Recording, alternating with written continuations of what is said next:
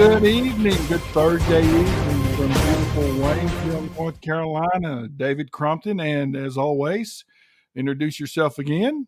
Chuck Fiebernetz, retired. Mr. Chuck, that's right. The retired Mr. Chuck Fiebernetz down in Winston-Salem. It's Thursday, August the 24th. It's 7:30 p.m. on the David and Chuck Show. And we got a lot to go over tonight, Chuck. We're going to talk a little bit about the stats from last Friday night for the Mountaineers real quick. Then we're going to do this week's Mountain 7 preview, ending up with you giving your pick for the Tuscola Polk game. And then we'll morph into a little bit of baseball. I know that we lose viewers when we do those things, when we don't talk just about that. But, you and I have a history of, and plus we got money riding on this thing. So the last time we'll talk about it, boy, Tuscola laid it on the line last Friday night, and we finally, I guess when you get the new program and new folks and new things happening, there's a lot that goes into place, and we did not get our stats until an hour and a half ago, as they're trying to get all that in place. I mean, there's a lot of moving parts, filming, stats, the yard markers, just everything, the equipment at the stadium, the locker room at the stadium, moving everything, the new trailer. So there's a whole lot of things that they're getting in place. But anyway, Chuck, Jed West, senior quarterback, 14 for 26, 221 yards, 2 touchdowns, 2 interceptions. The first interception was not him. The first interception, if you remember Jonathan's show on Saturday, the first interception, as Jonathan says, that's totally on me, because we were going to throw that ball and it made no difference. The worst thing that was going to happen is they were going to pick it off, and it was a punt, because they had the kid on a dig route 25 yards wide open, but they were not throwing to him. They were just going to come out and go, this is us, and this is who we're going to be. Absolutely. It was a good game, good inauguration, an introduction to Jeb West, 221 yards passing, and if you total up his net rushing yards with the 17 yards and sack, he had finished with 67 yards net rushing.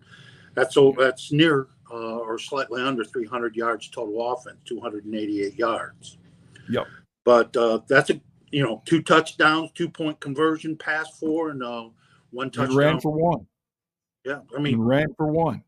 He played well. He played well.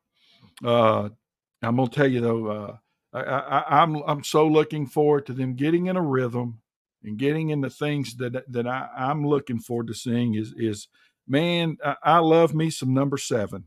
Now I love me some Gavin. I am a big fan of that young man. Gavin Langley, a junior running back, linebacker number 7, is he is going to be something, because this kid is a bulldog. 5 carries, 17 yards. Didn't get a lot of touches, but I shouldn't say that because I don't know. But I would assume he's going to get the football a lot more as the season goes on, and they learn how to work together, because they had 11 practices with West from the day he got here till the time they played Asheville High, and 2 of those were walkthroughs. So technically 9 practices. So Gavin is going to be something else, in my opinion, and I try to think that I know a little bit about the game. Well, I like what has happened in the receiving corps too, is that, Jonas Howard, 5 catches for 63 yards and a touchdown. Yes, great. 4 catches, or 3 catches for 49 yards, looking at these stats. That's KJ, right? KJ Van. Yeah. And, you have ONC, Jackson, Williamson, Langley, all hauling in passes. That's 6 receivers that have that he had completed passes.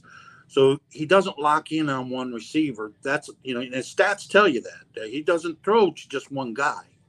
He'll develop a core receivers, and with Johnson's offense, that ball's going to be spread around. So I like the fact that they, in the first game of the year against one of the tougher opponents, that they had 6 receivers with a catch, at least one catch. Yeah. And so the quarterback's there, and he's going to contribute all season long and get better as the season goes. And so are those receivers. And, when you're looking at 220 yards, 221 yards passing and 175 yards rushing, it's close to being balanced, but also it's 396 yards in total offense against a tough opponent. Yeah, they have 4 D1 guys. A couple of them, one's going to the Big Ten. The other, they got some kids that are going to go places, and I would be shocked that on our mountain here that we see that kind of speed again. Hopefully they get off the mountain as the playoffs roll or people come up here. But until you play teams off this mountain as a group, I don't know that they'll see that speed again. What's your thoughts? I think, around the second round of the of the playoffs in the 3A playoffs, starting with the second round, you'll see that kind of speed again. They'll have some jetbirds, maybe not as many as Asheville had, but there'll be some speed, but you'll be able to handle that because you have played it before. So, I mean, it's to me, it was just a great team that they matched up with. And as that paper in Buncombe County so astutely pointed out, that they felt that Asheville would win by 32 points. Yeah. And to have the chance to kick a game tying field goal in the final minute, or have an attempt to score the game winning touchdown against a team that was a 30-point favorite speaks volumes of where Tuscola is at right now. Yep. And we'll talk. Let's talk a little bit about their defense real quick, and then we'll move on to the Mountain 7, and then come back for the last game and talk about the Mountaineers and the Wolverines, and get your pick because I'm not going to pick anything with the Mountaineers. I don't think that's fair to them or me or anybody involved in the program. But KJ Vang, 9 tackles, 1 tackle for loss, 1 pass breakup. Ty Walker, 6 tackles, 2 pass breakups. Where we at here? Walker Bolden. Hudson Blackburn, who had 7 solo tackles and 1 assist, 7.5 total tackles and 2 picks. Yeah, we got Hudson Blackburn. You got Walker Bolden with 9 tackles and 1 tackle for loss. Bryson Hayes with 2 tackles. Jeb Garner with 2 tackles. Syed Jackson with 3 tackles. Jude, and again, I want to learn to pronounce these names properly, and if I don't right here, please someone correct me without being a jerk about it. We're doing the best we can here. But Jude, how do I pronounce Delcambre? Delcambre? Jude with 4 tackles, Delcambre. David Bowen with 2, and Jackson Sutton with 2. And look, again, man, people expected those guys to score 40, 50 on this group, and they played their guts out. They absolutely played their guts out. You had 4 guys on the defense with 4 solo tackles or more. Blackburn had 7 solos. Vang had 5 solos. Bolden had 4 solos. Cy Jackson had 4. And if that's Walker had 6. And yeah, I got the rest of the list here. They didn't send you the rest of the list. That's okay. So yeah, that's 5. That tells Delcambre had 4, so that's 6.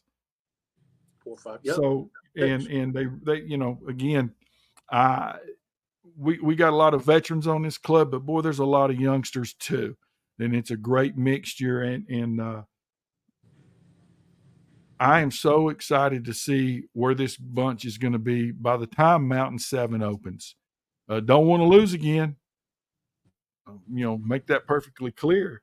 Then no one wants to lose again.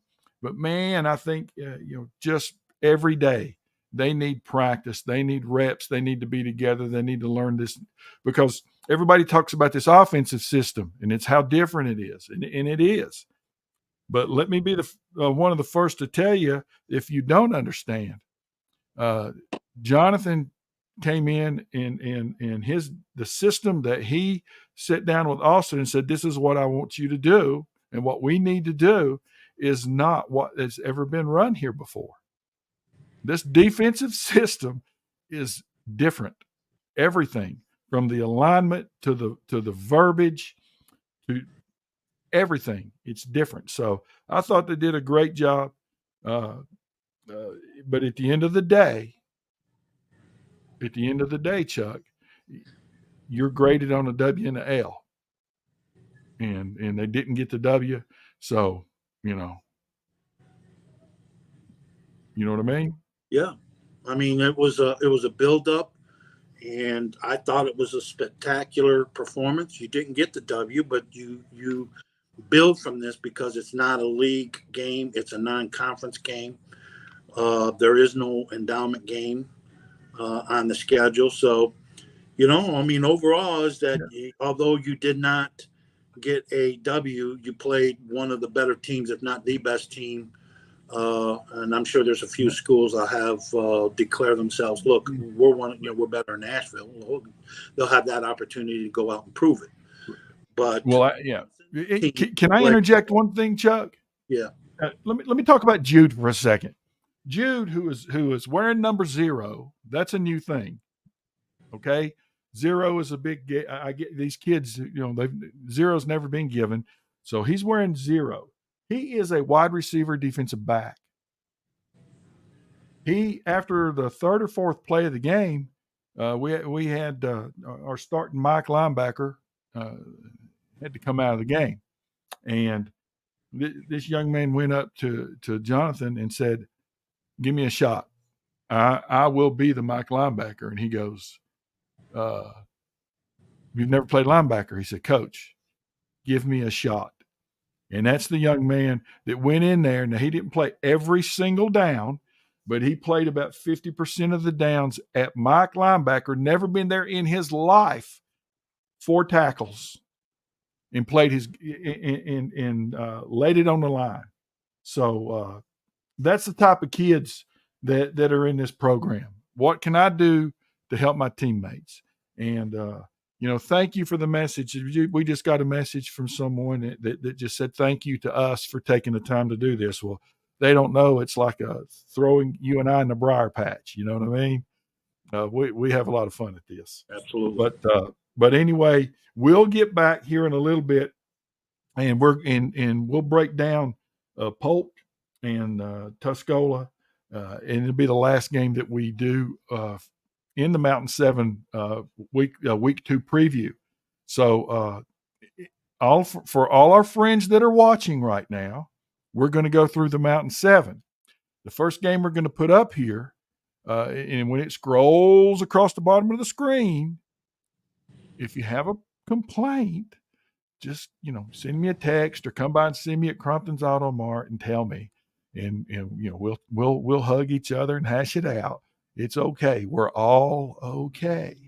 First game that we're going to talk about is in Inca, North Carolina, as Pisgah and Inca kick off at 7:00, a weird start time.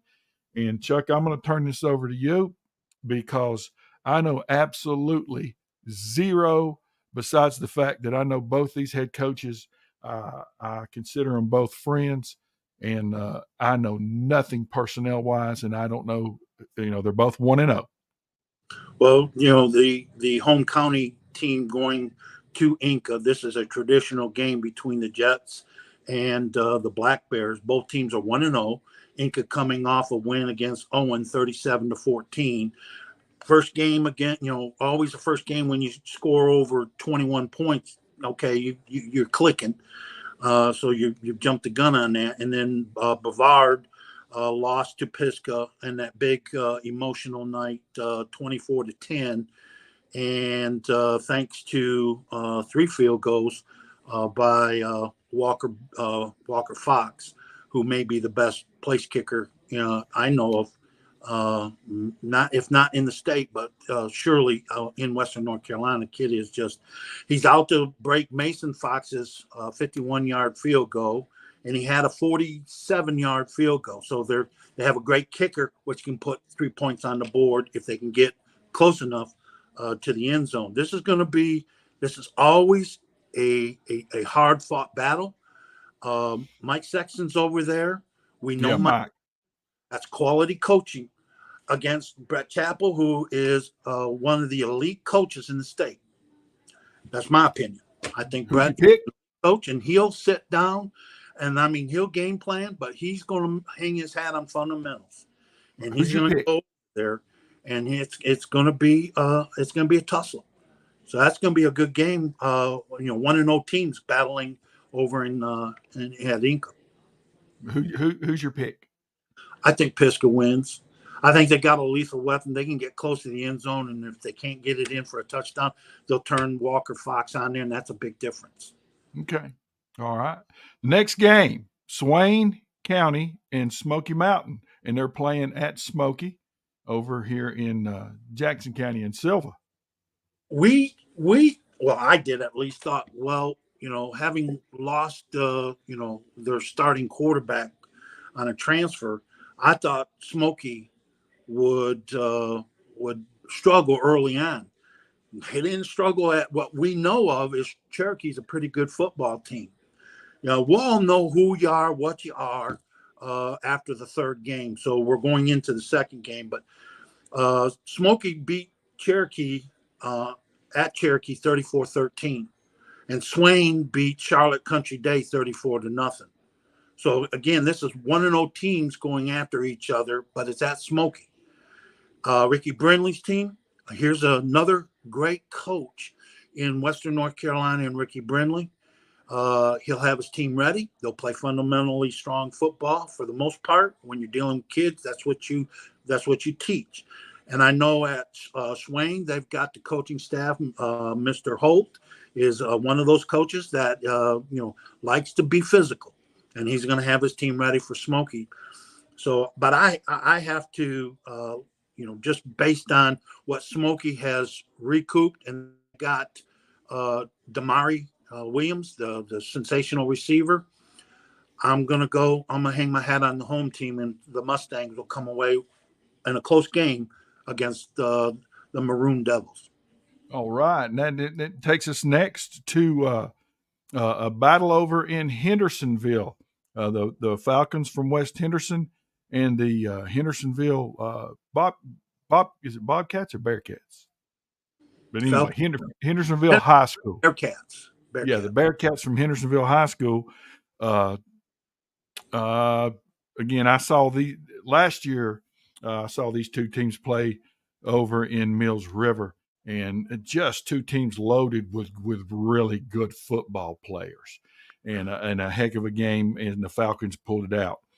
I will say this: Hendersonville had a lot of losses, and Hendersonville tragically lost their leader in a car accident this off season.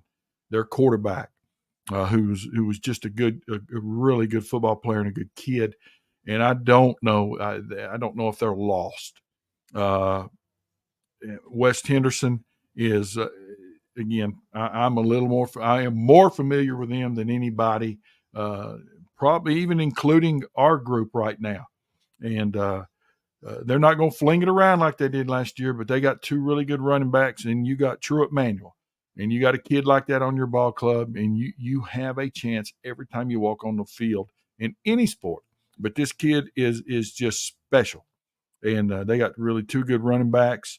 They're going to be well coached with wit, and Again, Hendersonville, because of that situation, I just don't know. Yeah, that's tragic, and you can look at last week's loss at 31-12 to North Henderson, and kind of surmise that okay, they're you know it's unfair at times to play football, but the kids need a diversion, having lost a friend and a sensational quarterback. So they're going to host West Henderson, and of all the games we spoke earlier, I kept looking at the scores, going, they are on the road. They went down two mountains and got into the foothills and played Newton Conover at Newton Conover and just wore them out on the Warm out. road, 54-22. And two of those touchdowns came late in the game and the mop up. So I mean, they just manhandled Newton Conover. And so with that in mind, and where Hendersonville is, and you pray for those kids that Yeah. they recover from this. But I until somebody otherwise, that defending conference champion, it's going to be West Henderson. Okay, and I will say I agree. Another intriguing matchup: Andrews at East Henderson. And before you break down the game, Andrews for years, for decades, was just they were horrible. Now there for a little bit of time they had our friend and who I consider to be one of the top 10 high school football coaches, probably more than that, as their head coach, in Donnie Kiefer at Andrews, and they had some things going. But Donnie doesn't stay in one place very long. He goes in, does amazing things, and moves on to other places. And I'm lucky to call him a friend. And it's really good that anything you need, you can pick up the phone and call and talk to him. And I know that he and Jonathan have spoken quite regularly since since Jonathan came on in April about some of the things here that he needs to kind of keep his eye out about. So anyway, Andrews last year was a really good football team. They're off to a 1-0 start. East Henderson behind the 8-ball, Chuck. Another coaching change, and this one was very, very late. Just seems like they just can't get. They can't get, they can't get it together. Not just the football program, but I'm talking about, the whole situation out there was kind of a mess. So Right. let me throw it to you. But I will say I'm going to pick Andrews in this, even though they're a 1A school. Right. Andrews, 35-0 winner over Rosman in the opener, tells you they're strong on the defense, and they're very effective and proficient on the offensive side of the football.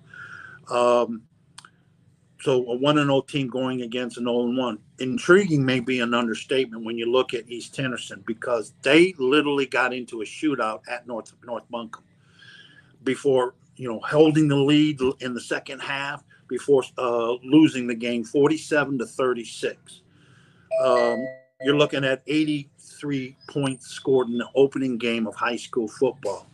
They either don't have any defense, and they're going to wide open sling it, and they got an offensive team, but just can't defend. Or North Buncombe, same thing. It's just two great offenses and left the defense home. But we'll know what East Henderson really has with their new coach. But to score 36 points in a losing cause, maybe he's got some kids that he says, okay, it's us against the world, and they're just relaxing. We're going to play football and have fun. And I agree with you. I think at the end of the game, it's Andrews with a stronger defense is going to win that football game. And before we move on to the Franklin Robbinsville game, I just need to let everybody know to please come see us down here. Come see me at Crompton's Auto Mart. CromptonAuto.com. Come by and see us. I know if you drive by right now, you're going to see I don't have a ton of inventory out there, but I'm hitting the road next week looking to get 20, 30 more. CromptonAuto.com. Good credit, bad credit, no credit. Chuck, I got a Mercedes SUV down here with your name on it. Great. With your name on it. We were talking about getting another car. Yep. So, What but color? come see us. It's What red. color? It's red. No, I can't show up in Haywood. I mean, I can't show up in Waynesville with a red Mercedes. I could do Well, that on Jonathan, the side. that's why Jonathan, for the last few years, every time I buy something, he comes in and goes, "I'm going to the bank," and this is kind of the thing that he would get. But as soon as he saw the color, he just turned around and walked off this time. Heck yeah. I can But buy it. anyway, They love me over at Biscuit too now. yeah. But come see us. We're going to take care of you. If you have bad credit, don't worry about it. We have a program. Not only do we get you the car loan, but we've got a program to rebuild your credit more than just this car loan. We got warranties on your car. We got gap on your car, on your vehicle. So give us a chance. CromptonAuto.com, 1256 Delwood Road. Come see me. All right. Franklin at Robbinsville. Wow.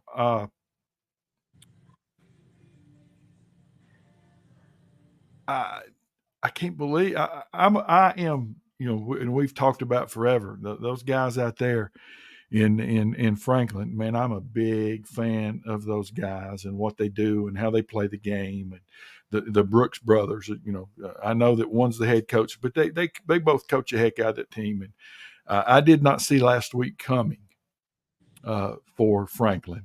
Robbinsville has returned to their past glory from the 70s and 80s. Robbinsville is good. They might be the favorite in the Smoky Mountain Conference this year over some really good football teams, but with Swain and Murphy and Andrews, they're probably the favorite. And that's a heck of a football conference. But turn it over to you for the Franklin at Robbinsville.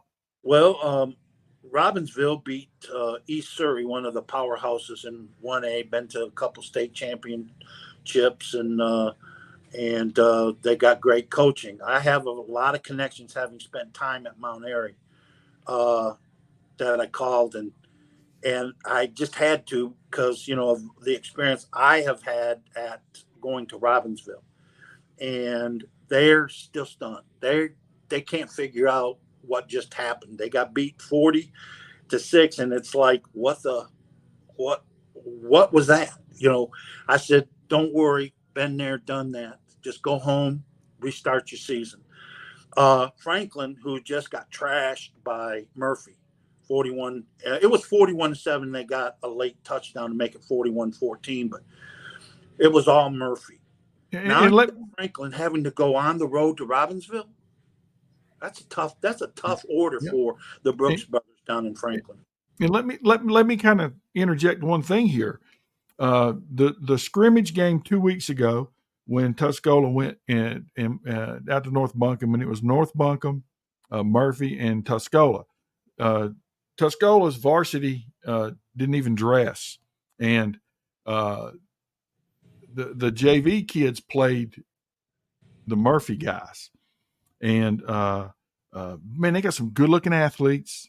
Mike Matthews said one time when we were down in Tuscaloosa, and we were warming up to play against Alabama, and he looked over at me and he said, they look better in their uniforms than we do.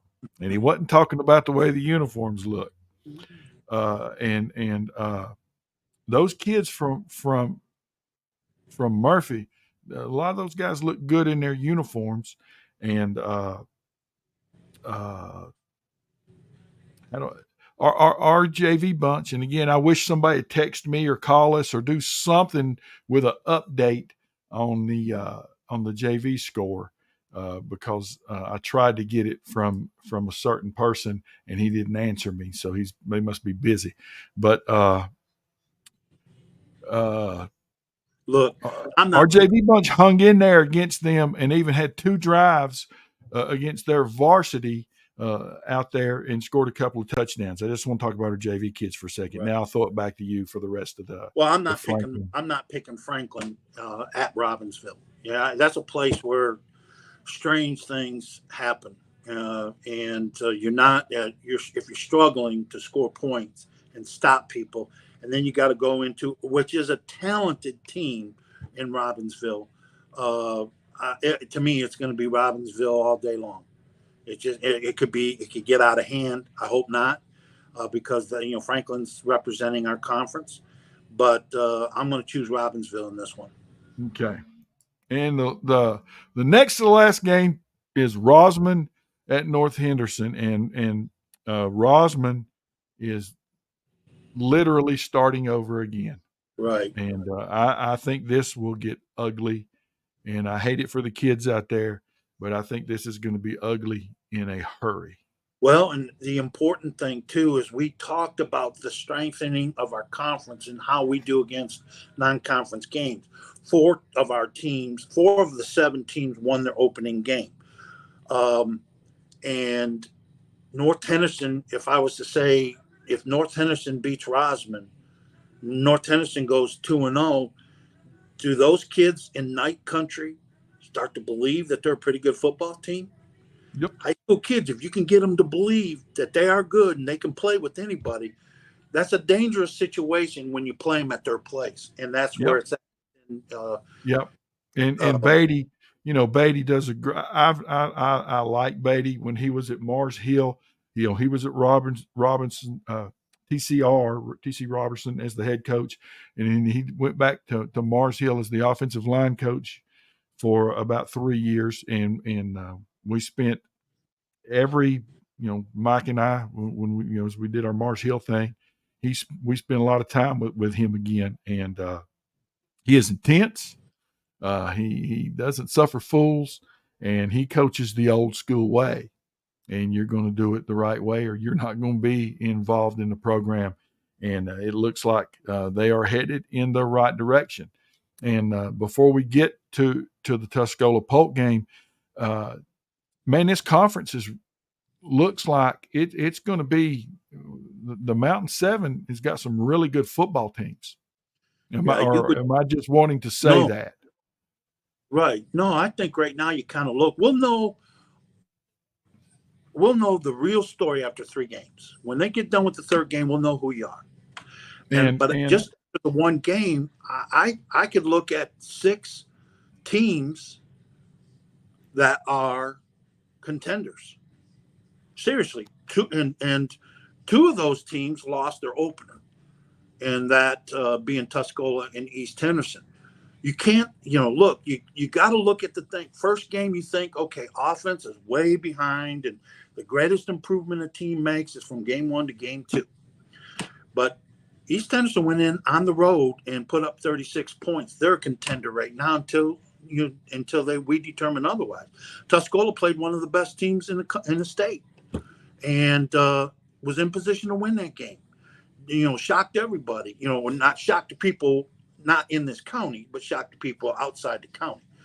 So, and then you got West Henderson, lightning good again. Smoky Mountain proving to get, they'll just North Henderson seems to be the dark horse, and then you got Pisgah, who just played exceptionally well, and that finally after 2 years of being, coming back to Pisgah Memorial Stadium and playing well on both sides of the football. So there's a lot of teams that have a chance to make some noise. We'll know officially in about another 2 weeks. And the unknown of everybody in this conference is right here. Because we don't know yet. We don't know yet. Don't know. So Polk and Tuscola. I'm gonna throw it to you and let you talk. Don't give your pick yet because I want to go with some in-depth stuff when you're done.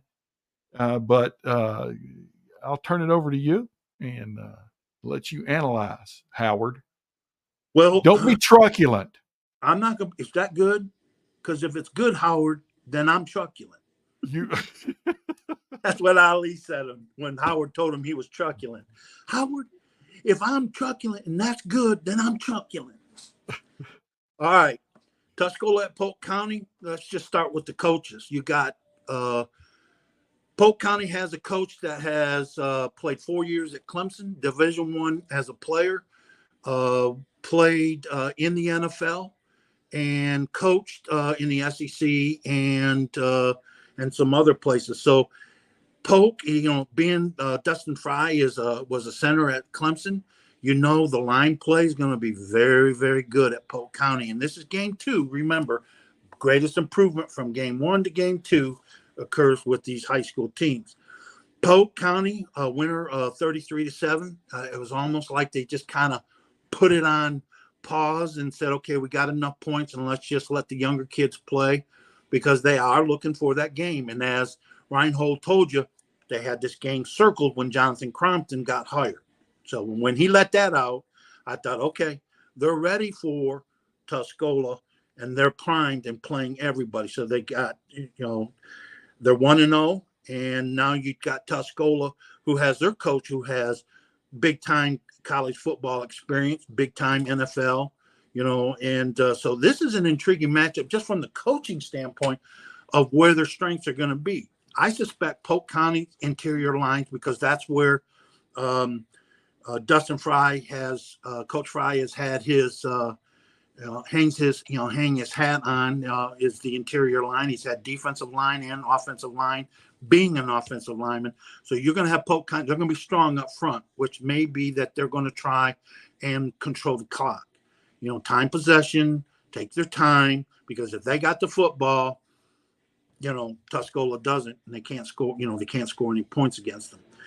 I think Jonathan is, satisfied where they're at. I don't really know. I mean, here's the thing, the great X factor in this.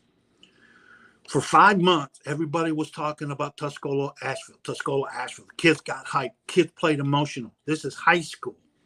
And they played a game for the ages. And they almost had it won. They were in position and it got snatched away. Happens. Okay, you can look at a lot of other things. I said this off the air.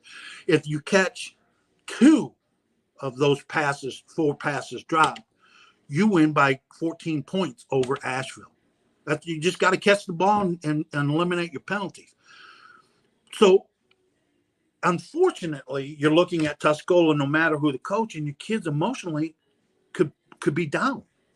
They could just try to get up, but you're asking these kids back-to-back weeks to be emotionally, because this team right here, Polk County, they're good. They're really good. So it's going to be a battle down there in Polk County and Columbus. Columbus. Yeah. One of the things that I'm impressed with the Mountaineers, I am a big believer that your self-discipline, your leadership on the inside is a big deal. And man alive, Josh Kruger and Stephen Brooks, these 2 offensive linemen, number 54 is Brooks, number 72 is Kruger, they are just, watch how they carry themselves. Number one, they're really good football players, and I'm telling you, Brooks is going to play somewhere on Saturday and at a high level. But anyway, man, the way they carry themselves, the leadership that they showed the other night, whenever I couldn't sit still very long, and just kind of started pacing before halftime and got up and left my little seat and was just walking. And I said, well, I'll just go to the restroom down here. And when halftime came, I was going to the restroom, and big number 72 was walking off the field. And in no uncertain terms, he's telling his teammates, we are going to win the football game. Keep your head up. Let's go. Follow me. And I'm going, oh, yeah. I mean, this old 61-year-old dude for about 10 seconds was thinking, well, I'll just go hit somebody. Then I'd have the heart attack and I'd die and all that good stuff. But I think that the leadership from within, and that's one of the things that I know that they talked about since the day that the new coach came on board was, hey, everything does not come from me. You've got to have a standard. I'm gonna set the standard, and it's every day. But you guys got to police this standard too, and that includes everything from doing things the right way to picking your socks up off the floor to yes or no sir, and to walking off at halftime and going, hey, we got 2 more quarters. And I'm really impressed with that part of what I have seen. And again, I don't get to see much, but like today, I snuck off at about 4:40 and told my guys here, hey, lock the building. I'll be back later on.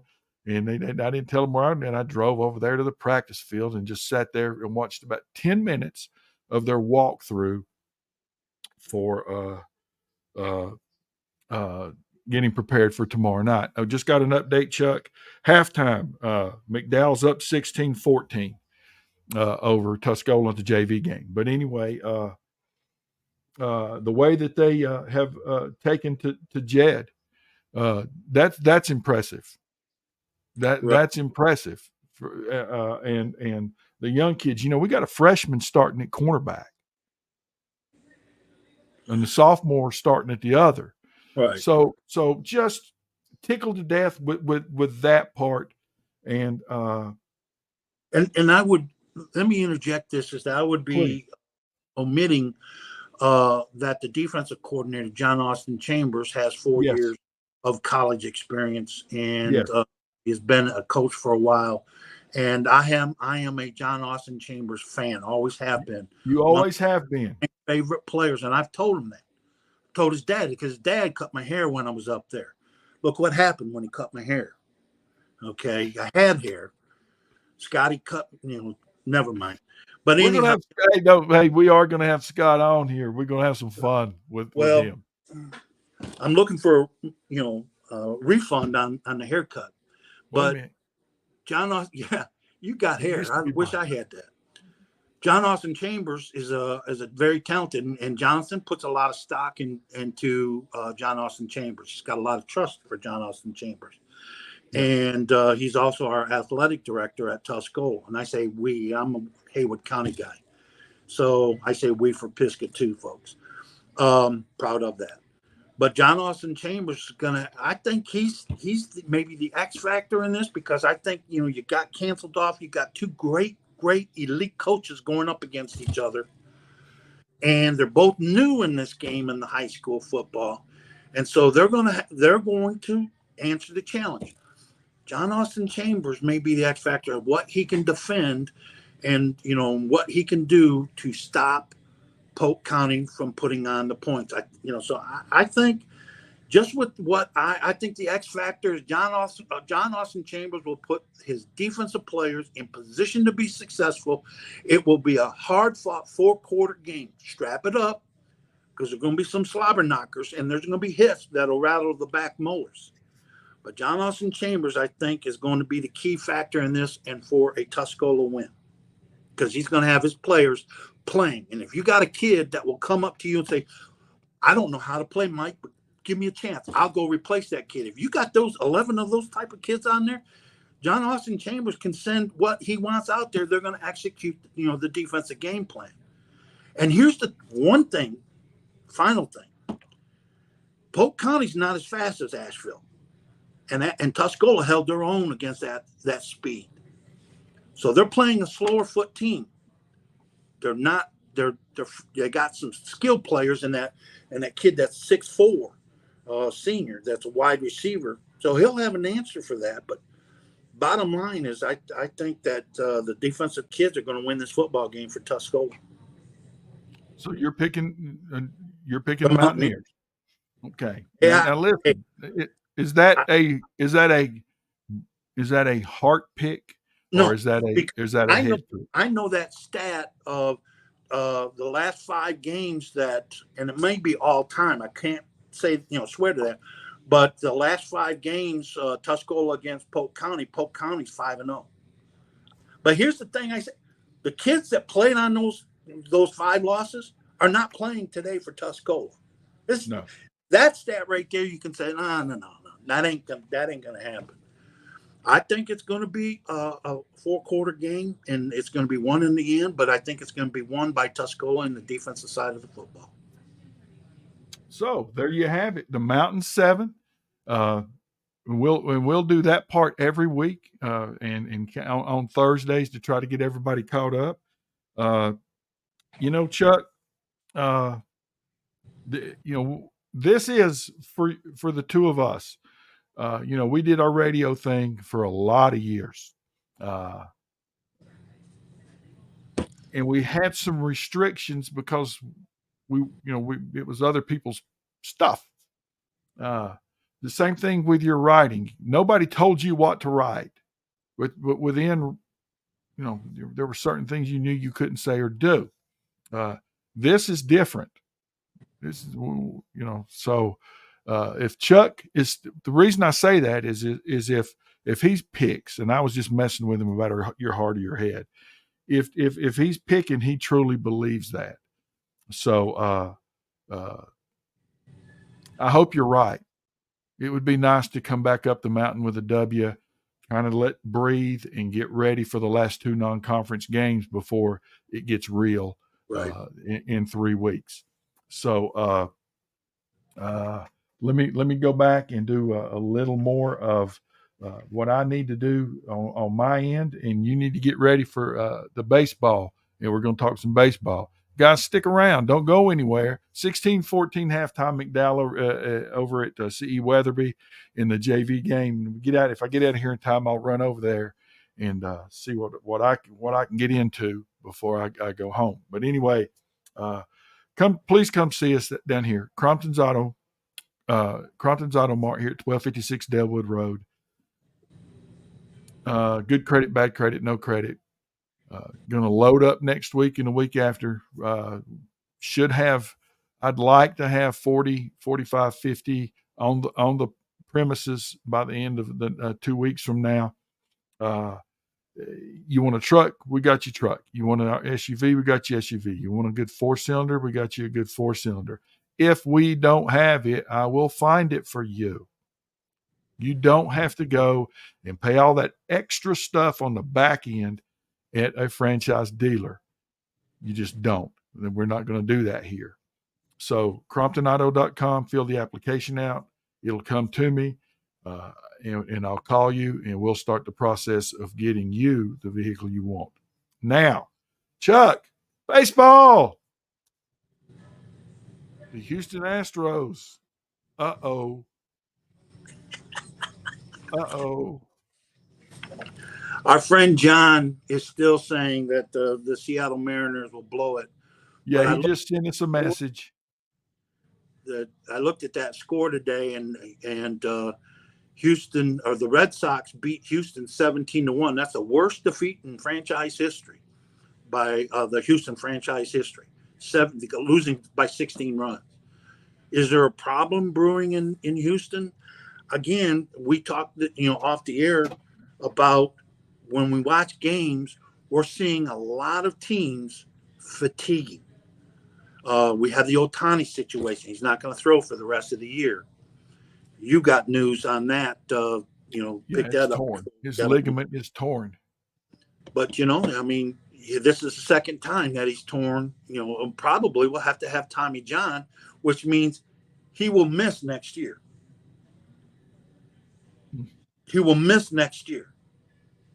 Second Tommy John, if they do it in the offseason right away, he's going to miss next year. Or he might be able to come back late in the season, because if he doesn't throw, he just DHs. He may be able to do that. But this is the thing, when everybody talked about Ohtani, and I just kept saying, I said, he's young, he can do this. But I said, the older you get, you cannot.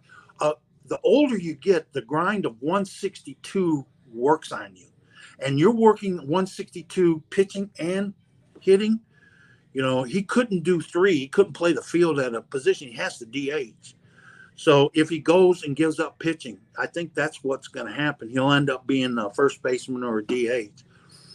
But he's going to have some time off if once they announce it. Now, we've heard that that's the tear. That's unofficial, but still, it's a reliable source. That they say arm fatigue. Well, there's a problem. And when you arm fatigue is, well, he'll be off a game or two. Yep. And that's But what there's we talked about all the last 3 weeks. right. He won't pitch the whole entire season, the Yep. rest of the season. So that tells you there's something more. Let's see here. Let me look at an update just to see if there's. He's going to keep hitting despite his UCL tear, and now they're talking about, is he no longer going to get the $500 to $600 million contract? Well, hey, look, I don't know what $500 or $600 million is, so I just know that I like to watch him play, and I know that the guy is a once in a lifetime, not a once in a generation. He's a once in a lifetime player, and he does things the right way, and it seems to be a great teammate, carries himself well, and I hate it for him, but more than that, I hate it for baseball. Right. Baseball needs people like him and Mike Trout.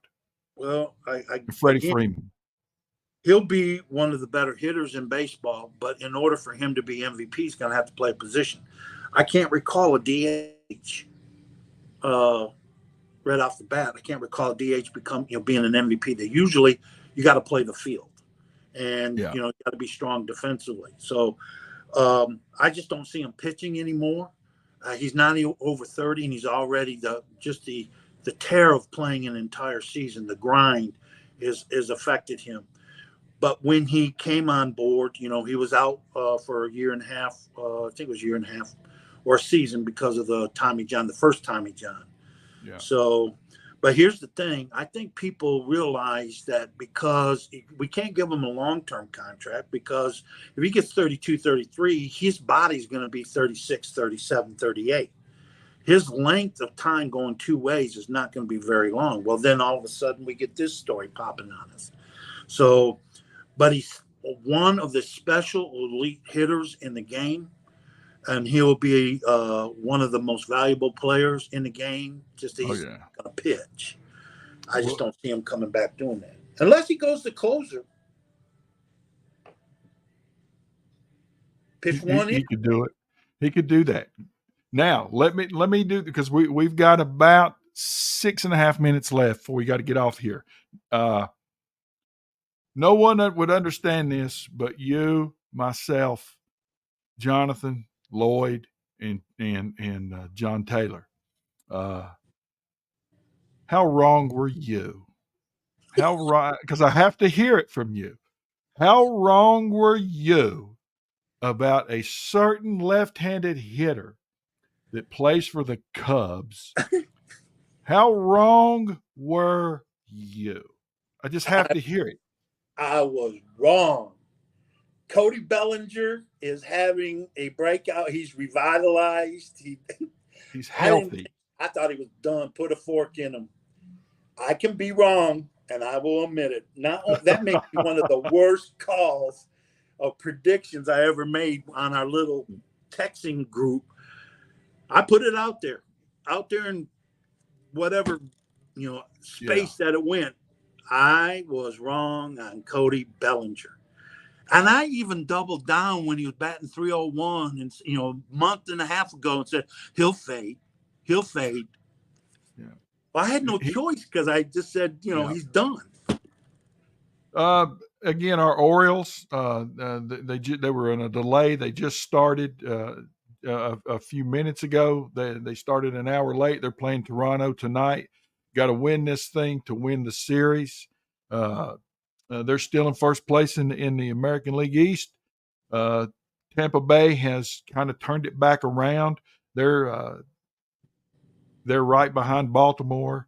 The Blue Jays are 8.5 out, but they're only one game out of the wild card. Right. Now, the team that has come from nowhere right now, even though they're only 6-4 in the last 10 games, but the Red Sox are only 3.5 out of the wild card.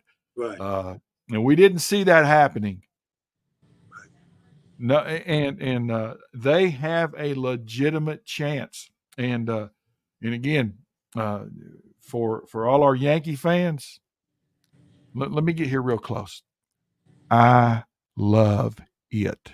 You are in last place. You have lost 9 of the last 10. You are 17 and a half games behind Baltimore, and you are 10 games out in the wild card. Stick a fork in you. You are done. And that makes me really happy. Do you know the good thing that what you just said? I've been a New York Yankee hater, but we always complain every year that they're on television everywhere. You go TBS, you Yeah. go ESPN, they're on.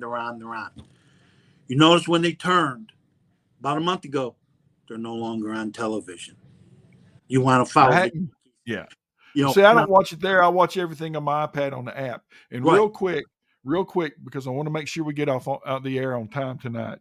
The Twins are 5.5 up in the Central. They're the only team from the Central that's going to make the playoffs. The Rangers and the Astros, something is way off. The Seattle Mariners, again, are going to win the AL West. In the National League, the Braves are runaway. In the East, the Phillies are 2.5 games up, though, in the wild card. There might be 3 teams, as we talked about the other day. Right now, if the season ended today, the Brewers would win the division, but the Cubs and the Reds would both be in the playoffs as a wild card team, and the Dodgers are running away with the National League West. And before we get off the air, one thing, and we can't speak on it long, but if you are listening and anybody knows anybody that's in the Baseball Writers Association, Thurman Munson deserves, and I'm not a Yankee guy, Thurman Munson is a Hall of Famer. Amen. Put his butt in the Hall of Fame because he deserves to be there. Now, that's my little rant. I was messing with the Yankee fans, but I'm telling you, Thurman Munson deserves to be in the Hall of Fame. Absolutely. Okay. I just wanted to make sure. And we're going to talk, maybe next week, we'll start talking about the Hall of Fame, and you and I will get into a very heated, and it won't be a debate. It will be an argument because you're going to come back and start talking about one guy, and I'm going to say no, and then it'll break down from there. But anyway, Chuck, you were really, thank you. Great show tonight. You did a great job covering the Mountain 7. We really looking forward to seeing what happens tomorrow night. I'm a nervous wreck. We're going to tailgate here tomorrow, but it's not going to be a massive thing. I'm not going to go out here and cook and sit out here and cook in 97-degree heat. So I will have food, but it's going to be good finger tailgate food. I'm not going to make pork butt and do all that stuff out here in 97-degree heat and then get in the car and drive down and sit out in the heat. Well, not unless a Pisca fan comes and buys that Mercedes from you, then the following week you'll have a big tailgate party again. We're going to have a tailgate tomorrow. We're going to have it, but it's just not going to, I'm not going to have all the cookers and all that crazy. I mean, we've got like 6 of those things here. But anyway, we will see everyone Saturday morning, 8 a.m. on the Jonathan Crompton Coaches Show, or on the Jonathan Crompton Show featuring Tuscola football. Everybody be safe to the games that you go to tomorrow night. If you're going to Polk County, please be aware of the traffic on I-26 and the construction. You need to leave early or take an alternate route because I-26 is what it is. And remember, you pull into the first one exit to the school, go around the back. You will pay for parking, but you'll park in that big parking lot, and the stadium's right there. So, but you will pay for parking. So don't, expect that if you're going to the game. All right, guys, we will see everybody Saturday morning. I hope to see everybody, all the Mountaineer folks. I hope to see you in Polk County tomorrow night. Chuck, we'll leave with this.